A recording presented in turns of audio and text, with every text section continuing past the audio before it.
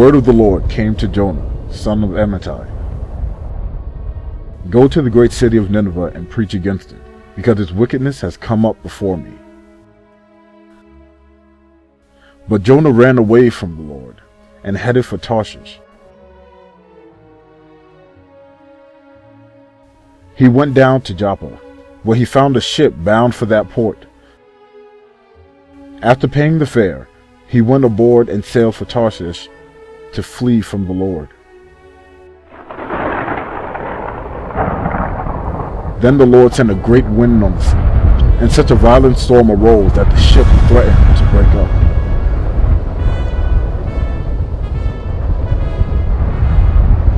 All the sailors were afraid and cried out to his own God, and they threw the cargo into the sea to lighten the ship. But Jonah had gone below deck, where he lay down and fell into a deep sleep. The captain went to him and said, "How can you sleep? Get up and call on your God. Maybe he will take notice of us, and we will not perish." Then the sailors said to each other, "Come, let us cast lots to find out who is responsible for this calamity." They cast lots, and lots fell on Jonah. So they asked him, "Tell us, who is responsible for making all this trouble for us? What do you do? Where do you come from? What is your country? From what people are you from?" He answered, I am a Hebrew, and I worship the Lord, the God of heaven, who made the sea and the land. This terrified them, and they asked, "What have you done?" They knew he was running away from the Lord, because he had already told them so. The sea was getting rougher and rougher, so they asked him, "What should we do to you to make the sea calm down for us?" Pick me up and throw me into the sea, he replied. and it will become calm. I know that this is my fault, that this great storm has come upon you. Instead, the men did their best to row back to land, but they could not, for the sea grew even wilder than before. Then they cried to the Lord, "O Lord, please do not let us die for taking this man's life. Do not hold us accountable for killing an innocent man, for you, O Lord, have done as you pleased." Then they took Jonah and threw him overboard, and the raging sea grew calm. At this, the men greatly feared the Lord, and they offered a sacrifice to the Lord, and made vows to him. But the Lord provided a great fish to swallow Jonah, and Jonah was inside the fish 3 days and 3 nights.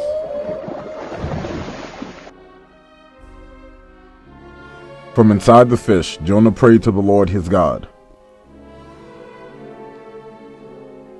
And the Lord commanded the fish, and it vomited Jonah onto dry land. Then the word of the Lord came to Jonah a second time. "Go to the great city of Nineveh and proclaim to it the message I give to you." Jonah obeyed the word of the Lord and went to Nineveh. Now Nineveh was a very important city.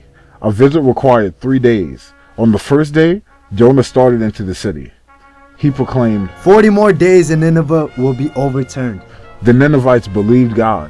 They declared a fast, and all of them, from the greatest to the least, put on sackcloth.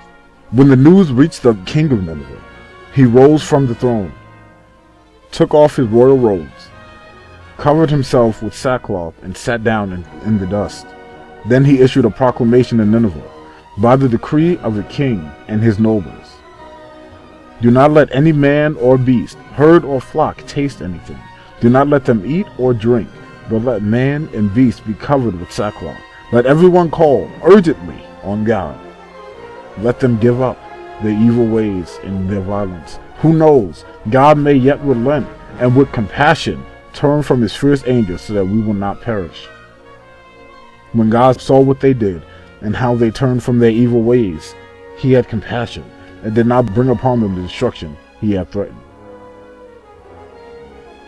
But Jonah was greatly displeased and became angry. He prayed to the Lord, O Lord, is this not what I said when I was still at home? That is why I was so quick to flee to Tarshish. I knew that you are gracious and compassionate God, slow to anger and abounding in love, a God who relents from sending calamity. Now, O Lord, take away my life, for it is better for me to die than to live. But the Lord replied, "Have you any right to be angry?" Jonah went out and sat down at a place east of the city. There he made himself a shelter, sat in its shade, and waited to see what would happen to the city. Then the Lord God provided a vine and made it grow up over Jonah to give shade for his head and to ease his discomfort. And Jonah was very happy about the vine. But at dawn, the next day, God provided a worm which chewed the vine so that it withered. When the sun rose, God provided a scorching east wind, and the sun blazed on Jonah's head so that he grew faint. He wanted to die and said, It is better for me to die than to live. But God said to Jonah, "Do you have a right to be angry about the vine?" I do. I am angry enough to die. But the Lord said, "You have been concerned about this vine, though you did not tend it or make it grow. It sprang up overnight and died overnight. But Nineveh has more than 120,000 people who cannot tell their right hand from their left, and many cattle as well. Should I not be concerned about that great city?"